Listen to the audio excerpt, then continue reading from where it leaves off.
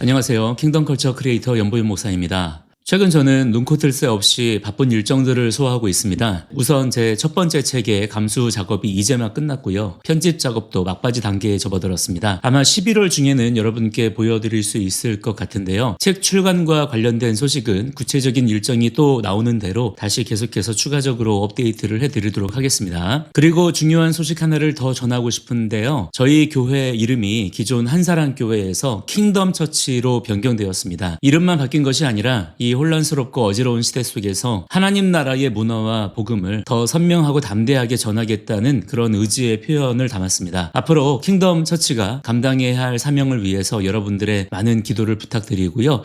저희 교회의 바뀐 홈페이지 도메인은 아래 영상 더보기란에 남겨두도록 하겠습니다. 어제는 게시물로 먼저 소식 전해드렸던 것처럼 부산 구치소에 현재 수감 중이신 손현보 목사님을 뵙고 왔습니다. 에스락교회 남궁 현우 목사님, 용인 성열교회 김유환 목사님, 그리고 국대떡볶이 김상현 대표님과 동행했는데요. 왕복 12시간이 넘는 꽤 긴 여정이었지만 차 안에서 나누는 대화들 덕분에 전혀 지루할 틈이 없었습니다. 제가 평소에는 가족 외에는 사적인 대화를 거의 나눌 일이 없는데 뜻과 마음이 맞는 동역자들과 함께 하니까 입이 터졌다 라고 하죠. 국가의 지금 여러 사안들과 무엇보다도 한국 교회에 대한 여러 이야기들을 나누면서 서로의 관점을 나누고 격려하고 또 새로운 인사이트를 주고받는 그 시간 자체가 저에게는 너무나 큰 위로와 힘이 되는 그런 시간들이었습니다. 그렇게 부산 구치소에 도착을 했는데요. 어제 너무 추웠습니다. 제가 날씨를 조금 우습게 보고 옷을 얇게 입고 간 것도 물론 있지만 바람도 많이 불고 실제 날씨도 추웠어요. 구치소 안쪽으로는 주차할 수가 없어서 밖에 천변 주차장에 주차하고 올라가야 했고요. 오후 3시 40분에 접견을 했습니다. 원래 예정된 시간은 4시였는데 그 시간이 수감자들에게 뜨거운 물이 배급되는 시간이라고 하더라고요. 그래서 손현보 목사님의 요청으로 20분 정도 앞당겨졌다고 하더라고요. 그 이야기를 들으니까 목사님이 진짜 감옥에 계시는구나 하는 현실감이 확 다가왔습니다. 우리에게 주어진 시간은 딱 10분이었습니다. 정해진 시간이 끝나면 마이크가 가차없이 꺼지는 그런 시스템이더라고요. 4명이 들어가서 서로 안부를 묻고 짧은 격려를 나누기에는 턱없이 부족한 시간이었지만 그 대화의 밀도는 어느 때보다 높았습니다. 사실 목사님에 대한 걱정을 많이 했습니다. 한 달 전쯤에 들은 소식으로는 체중이 7kg이나 빠지셨고 온몸에 두드러기가 나서 고생하신다는 이야기를 들었었거든요. 그렇게 눈앞에 수의를 입고 야위어 계신 모습을 딱 보게 되면 순간 감정을 주체하기 어려울까봐 긴장했는데 막상 뵙고 보니까 건강을 많이 회복하신 모습이었습니다. 표정도 너무나 밝으셨고요.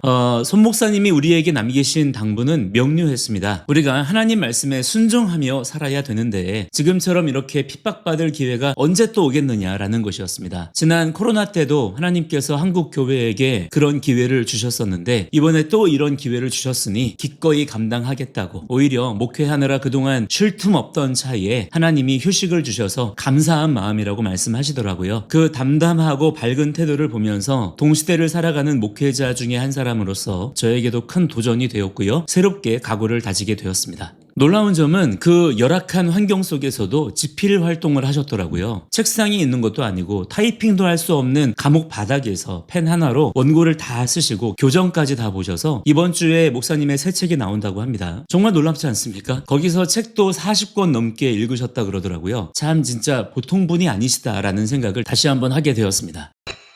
저는 이번 손현보 목사님의 구속 사태를 지켜보면서 냉정하게 묻고 싶습니다. 교단이나 교파, 정치적 견해 차이를 다 떠나서 현직 대형교회 담임 목사가 이런 말도 안 되는 사유로 50일 넘게 구속되어 있는 이 상황이 과연 정상으로 보이냐 하는 거죠. 상식적으로 납득이 되십니까? 사실 한국교회 전체가 들고 일어났어야 할 일입니다. 손 목사님이 유명세를 탈 때는 앞다퉈서 전도집회 강사로 모시더니 정작 소속 교단마저 등을 돌리고 대다수 교회가 침묵하고 있는 이 현실이 저는 너무 비겁하고 치졸하게 느껴집니다. 부산에만 교회가 몇 개입니까? 목사들만 몇 명이겠어요? 사실 저희한테까지 이렇게 순서가 왔다는 게 이상한 거라고 저는 생각했어요. 이 일들이 단순히 손현보 목사님 개인의 일탈과 잘못으로 인한 대가라고 생각하는 분들이 있다면 얼마나 그 생각이 우둔하고 미련한 것인지를 진짜 깨달아야 됩니다. 만약 본인의 일이라 생각해 보세요. 본인이 똑같은 일들을 했는데 구속 수감 당했다면 그래 나는 그래도 싸다 그렇게 생각하겠습니까? 선거법 율법 위반이 맞다고 쳐도 벌금형이에요. 그런데 이거를 현직 대형교회 담임 목사를 도주의 우려가 있다고 구속을 시켰어요. 그 이유도요, 진짜 한심합니다. 손 목사님이 집에서 안 주무시고 교회에서 주무시는 일들이 많아서 그래서 주거 지역이 불분명하다고 도주의 우려가 있다는 거예요. 그걸 그 똑똑하고 공부 많이 했다는 검사들 판사들이 몰랐겠습니까? 이거는 애들한테 물어봐도 다 아는 거예요. 너무나 부당하고 불이하고 불법적인 구속인 겁니다. 그런데 이걸 내 일은 아니라고, 나랑 정치적 견해가 다르다고, 내가 별로 안 좋아하는 분이라고 이렇게까지 외면하고 침묵하고 한다는 게 맞냐 이 말이에요. 이건 뭐냐면 앞으로도 어느 한순간 권력자들의 눈에 벗어나면 어떤 이유가 되었든 엮어서 똑같이 만들 수 있다는 그런 선례를 남기는 거예요. 나중에 본인들이 이런 식의 일들을 당하면 그때 뭐라고 항변할 겁니까? 지금 이런 식의 침묵과 외면이요, 사실상 자기들 누울 자리를 만드는 거라는 걸 더 아셔야 되는 거예요. 겁박할수록, 위협할수록 숨거나 움츠려들면 안 됩니다. 그러면 더 달려들어요. 그럴수록 더 목소리를 내고 저항해야 됩니다. 특히나 이러한 불의하고 불법적인 일들에 대해서는 당연하게 맞서 싸워야죠. 무슨 뭐 맨날 진리를 위해 목숨을 바친다 어쩐다 말은 그렇게 하면서 십자가를 질 수 있냐 노래를 부르면서 대체 언제 그렇게 하려고 합니까? 그렇게 교회 안에서 얌전하게 예배만 드리면요, 아무도 안 건드려요. 진리를 위해 싸울 일이 뭐가 있겠습니까? 그걸 마귀 사탄은 더 원하는 거예요. 그렇게 교회 건물 안에 갇혀 있으라는 거죠. 그런데 그 원하는 대로 착실하게 그렇게 하고 있잖아요. 이게 얼마나 한심한 작태입니까? 지금 중국의 삼자 교회를 보십시오. 예배 전에 공산당 선언문을 낭독하고 찬송가 대신에 공산당 송가를 부르고 공산주의 사회주의의 영웅을 찬미하는 노래를 부릅니다. 설교 내용도 시진핑의 사상과 정책에 어긋나지 않는지 검열받아요. 이게 그냥 남의 나라 이야기 같습니까? 지금 대한민국이 그 길로 들어서고 있는 징후가 곳곳에서 보이고 있습니다. 목사들의 설교를 이재명한테 검사받는다고 생각해보세요. 정청래한테 검사받아야 된다고 생각해보세요. 너무 지나친 비약이라고요? 그런 일이 과연 있겠냐고요? 지금 우리나라와 지리적으로 가장 가까운 두 나라에서 그렇게 하고 있잖아요. 제발 눈 좀 뜨고 귀 좀 열고 사세요.